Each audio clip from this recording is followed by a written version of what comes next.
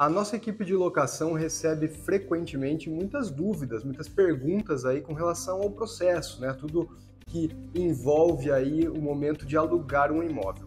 E muita gente não sabe da existência da lei do inquilinato. Então, se você também tem essas dúvidas, quer saber aí sobre prazo, sobre desocupação, renovação, reajuste, a gente vai falar um pouquinho nesse vídeo, então continua com a gente.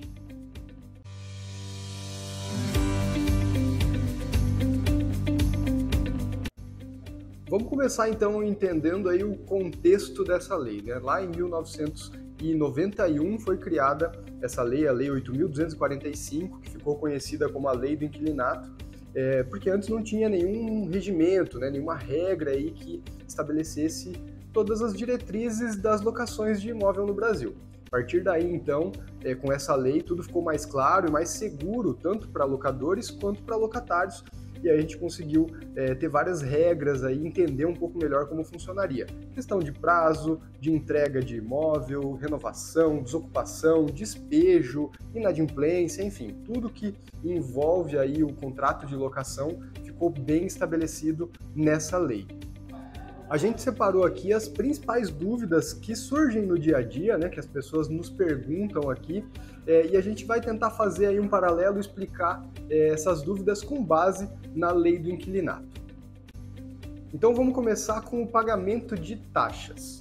Segundo os artigos 22º e 23º da lei do inquilinato, tanto locador, proprietário, quanto locatário, né, o inquilino, são responsáveis pelo pagamento das taxas aí envolvidas com a locação. O locador, o proprietário, a ele cabe o pagamento das taxas de administração, caso, né, o contrato seja estabelecido ou administrado através de uma imobiliária. Cabe também o pagamento dos impostos de propriedade e também as taxas extraordinárias no caso de um condomínio. Por exemplo, um fundo de reserva, uma manutenção, né, um investimento que está sendo feito ali no condomínio, despesas trabalhistas que eventualmente esse condomínio tenha, então coisas mais relacionadas ao imóvel como um todo, né? Já para o locatário, né, o inquilino, cabe a ele, é claro, além do pagamento do aluguel, nesse caso dos condomínios, o pagamento das taxas ordinárias, né, do que é comum ali todo mês, as despesas para manutenção ou para o uso do condomínio. Então, água, luz, salário, né, do pessoal que trabalha eventualmente ali naquele condomínio, alguma manutenção que tenha sido um reparo, né, que tenha sido feito ali, que seja necessário fazer em uma instalação já existente. Então, coisas que são rotineiras, né, que acabam acontecendo no dia a dia do imóvel. E é muito importante entender bem essa divisão de responsabilidades, né, de pagamento, porque assim a gente evita conflitos, né? Então, saber o que deve ser pago pelo inquilino e o que deve ser pago pelo proprietário é importante aí para que não haja nenhum conflito nessa relação. Outra dúvida muito comum é com relação ao reajuste de aluguel. A lei estabelece que o reajuste deve ser aplicado, né, ou deve acontecer a cada 12 meses, né? Então, a periodicidade mínima é de 12 meses para ter um reajuste aí no valor do aluguel, e esse reajuste deve ser baseado em algum índice, né? Ele não pode ser aplicado com base no salário mínimo, isso é importante a gente colocar, mas sim com base em algum índice estabelecido pelo governo. Em geral, IGPM, IPCA e INCC são os principais aí que aparecem nos contratos de locação. É importante que as partes reconheçam, né, esse índice, conheçam também esse índice para saber como que ele está funcionando e qual o valor que ele está naquele período, né, naquela época ali, qual que é o percentual de reajuste. Mas apesar disso estar estabelecido na lei e também nos contratos, né, qual que é o índice de reajuste, isso não impede que haja um acordo entre as partes. Então, no momento da renovação, é importante essa conversa aí entre proprietário e inquilino, né, ou entre imobiliária e locatário, para se estabelecer aí esse novo valor e que fique um valor razoável e agradável para ambas as partes. Outro ponto que gera dúvida é com relação às renovações de contrato de aluguel. Em geral, os contratos de aluguel são de 12 ou 30 meses, então pode haver aí essa diferença, mas são os principais, né, os principais tipos aí utilizados. Inclusive a lei fala das diferenças entre eles, né, o que cada contrato traz de benefício e de alteração, né, quais são as regras de cada um. Mas é importante que a cada período exista então a renovação desse contrato. E é importante dividir ou separar esses conceitos. A gente falou do reajuste de valor e agora estamos falando da renovação. Então a renovação é quando a gente vai expandir ou aumentar o prazo desse contrato. Se não é feita a renovação, tanto no de 12 meses ou no de 30 meses, aí depende do seu caso, mas se não existe a renovação, esse contrato ele se torna indeterminado. Algumas imobiliárias, alguns contratos já incluem essa cláusula de renovação automática, né? E aí deixa o contrato com prazo indeterminado a partir daquele momento. Caso haja a renovação de fato, é feito um aditivo para que então o período e o valor, enfim, as condições sejam renovadas e aí novamente todas as partes assinam, né, e firmam aquele novo compromisso para continuar por um novo período de tempo e aí inclusive multa, inclusive prazos aí de avisos devem ser respeitados novamente a partir do momento que você tem essa renovação.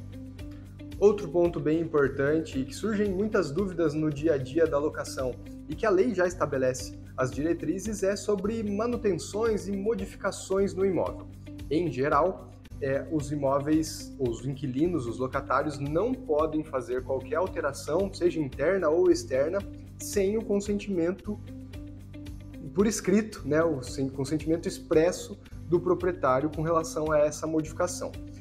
E cabe à lei, então, determinar quais tipos de manutenção. Claro que existem, né, modificações necessárias e reparos necessários, mas cabe à lei e ao contrato também estabelecer quais são as obrigações de cada uma das partes. Caso os reparos ou as modificações sejam necessárias por conta de uma parte estrutural ou prévia, né, anterior à locação, essas modificações cabem ao proprietário. Já se as modificações ou manutenções forem ocasionadas pelo uso ali do locatário, né, e que tenha gerado aí no período da locação, então cabe ao locatário, ao inquilino, realizar essas manutenções e devolver o imóvel ao proprietário ou à imobiliária lá no fim do contrato, da mesma forma como ele pegou no início. E para isso a gente tem, e é muito importante que se faça, a vistoria do imóvel. Então uma boa vistoria inicial e depois uma vistoria final vai garantir com que as partes entendam e saibam, né, de forma clara e transparente como estava o imóvel e como ele vai ser entregue ou como ele está sendo entregue depois, e qualquer alteração em cima disso deve ser acertada aí entre as partes. E é importante estar atento a isso porque uma alteração, né, uma modificação no imóvel sem o consentimento do proprietário se transforma aí numa quebra de contrato, né, numa rescisão. O proprietário pode pedir a rescisão com base nisso e obrigar o inquilino a desocupar o imóvel e a devolvê-lo na maneira como ele estava previamente. Então, ter essa comunicação, né, esse contato com o administrador, a imobiliária, o proprietário, e deixar isso claro, transparente e ciente, né, todo mundo estando ciente das condições, fica mais claro, mais fácil para todo mundo. Outro ponto que gera dúvida e que a lei do inquilinato estabelece aí as regras é com relação às ações de despejo. Mas antes até é importante a gente saber o que é isso, né? O que é uma ação de despejo.